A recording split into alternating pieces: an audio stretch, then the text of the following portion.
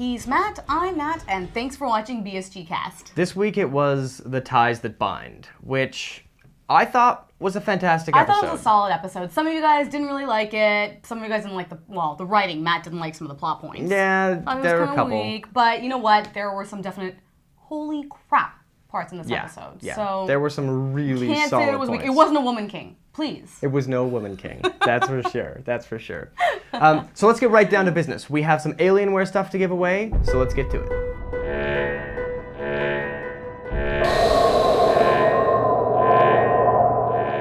And this week's Fan of the Week goes to the best comment from 6 of 1 last week, which is... Adala. Adala. Now, Adala runs the BSG pilots. That's a board that does a real-time post-episode sort of recap, conversation, chat. Very cool. Thanks, Adala, for doing that so much. But this week, you're getting this not just for that, but because your comment last week was awesome. Post. And we're not really trying to encourage giant monster posts, but Adala's was excellent. It was a very well-structured, almost research essay. Depth. Yeah, it went into every single character's important story arcs all in that episode. Like, it was really cool. It was a great post. Very cool. If you haven't checked it out, you really should. It's the humongous one when you scroll through the 6 of 1 page. But for the post, you end up getting a Alienware t-shirt. And on top of that, you're in the running for a pair of Ozma 7 Alienware headphones. Which are like $200 kick-ass headphones. And I'm sure would be awesome for that BSG game. Yeah. Fleet Commander? That looks incredible. I love your site because of that. It's awesome. We were watching the trailers on there for a good while. Yeah, a very, very good while. All right, so moving right into the episode itself. So, with regards to Callie, we all know what my thoughts are on her. I usually find her pretty annoying. I'm really sorry. I just find her grating. Yeah, but getting to be in her shoes almost for the whole episode kind of made her palatable. A little bit. I have to, and this is an incredibly horrible thing for me to say, but I only found it okay to watch that much of her in an episode because I knew, kind of like with a pattern with Kat, that if we see that much of a character that we don't usually see, it's because she's inevitably going to die. Yeah, you're right. It's just like for Kat. So I'm sorry, but that's the only reason why I took you. Okay. Well, for me, I thought it was interesting because she's in this drug-induced state. Was she hallucinating this whole affair? Or Yeah, do you that think was they quite actually interesting, wasn't it? Because, when you see the scene as it's happening, you just see, like, Tori touching his arm, and then she sees them, and he gets up and goes to Callie, and she runs away and all that kind of stuff. But then in her hallucinations afterwards, she sees all kinds of stuff for some going sort of on. kiss or something. And then we have Ty later on saying Cylon nymphomaniac, or put an affair to this... Put an end to this affair business. And yeah. I don't know. I mean, you could argue that, you know what, she really is seeing that stuff. I think there was an affair going on. Ty knows something's going on. Personally, I just think Ty doesn't really know what's going on. I don't think there's really an affair, and I think she's actually hallucinating. Yeah? Although, the coolest thing for me She sees what she wants to see. Well, I mean... I know the mind of a woman. Trust me. She said it, not me. Now, I love the fact that they were in the weapons locker 1701D. If you're as big of a geek as I am, you love that too. That was the call sign. That's the NCC 1701D is the Enterprise from the Next Generation. And Ron Moore wrote on that show for the longest time. Ron Moore crashed that ship in his own script. So he kind of took ownership of that, and I was impressed. That's pretty badass. So I think this pretty much brings us to the chilling death scene, which is by way of Tori's Ultra Super Pimp-Slap. Let's take a look.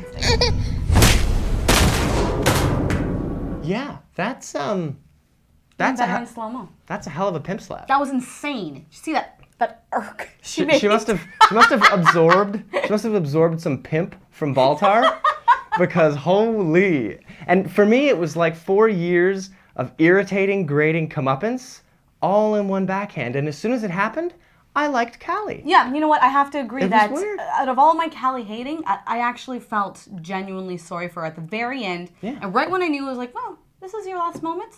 Yeah, I did feel a little bit For half a scene, I kind of liked her. Although, to me, the weakest point of writing was when she willingly handed her baby over to the killer robot.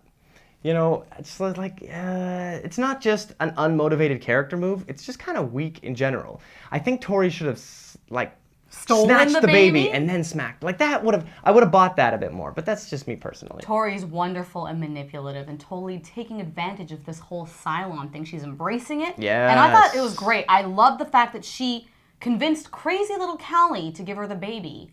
And then I really like where Tori's going as a character. Me too. I really do as well. You know what? If you told me 3 episodes, I would like Tori, I would have laughed. Wouldn't believe it. No. But yeah, this is really cool. Yeah, really and I mean, enjoying her. last season we were laughing at the fact that Tori's one of the final 5. We were like, why? What a bad idea. What the heck is she gonna do? Yeah, but and here we are. Yeah, she out of the 4 that we know, she's kind of been really interesting.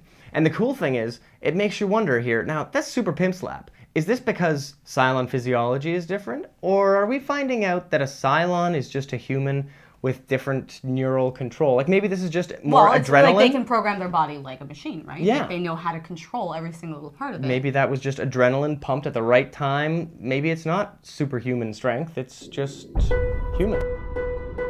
Starbucks garbage scow. Okay, I love the fact that they're just on some miserable heap of garbage. There's 2 Vipers on it, which is kind of cool. Yeah, that was actually pretty cool. And her crew complement. We've got Anders. We've got Hilo, Athena, Gata! We've got Celix, and some disposable guy who'll be dying soon, I'm sure. And plus there's 3, I think. 3 extras I saw in the background. And 1 might be Dragon. Yeah, we might have Dragon. Nice.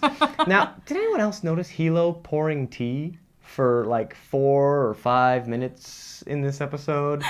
That kind of just went on. It's bizarre. Dude, his wife's Korean. Oh, so, he's been taught well. You should see this guy pour a cup of tea. Nice. Anyway, okay. Starbuck.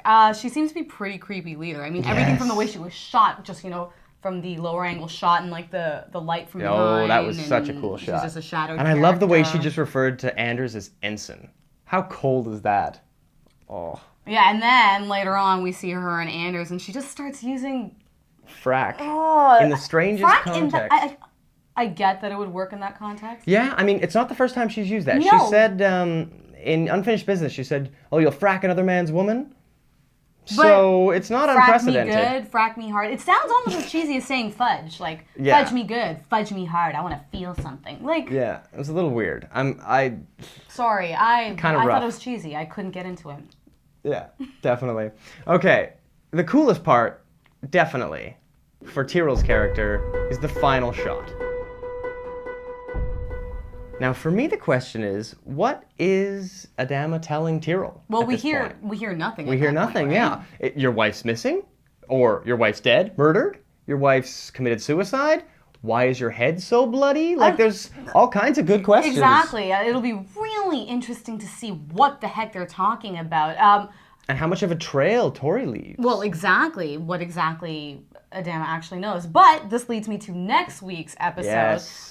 Escape Velocity. When you see the preview online, and you hear Chief at some point saying, "Oh, I'm not going to make an angel out of someone who wasn't an angel." And it seems like he's speaking to Adama when he's saying that. It kind of feels like the rest of that scene. Yeah, exactly. Yeah. So it's interesting. It'll be interesting to see what the heck Chief actually thinks about this whole situation. Whatever is going on in that scene. And it seems like this episode has a lot to do with Baltar and this whole Cylon God business, which is good because there was no Baltar in this episode. I shed a lonely tear for no Baltar in this episode, and it saddened me. I don't know. So I've got big hopes for what's going to happen in the next episode.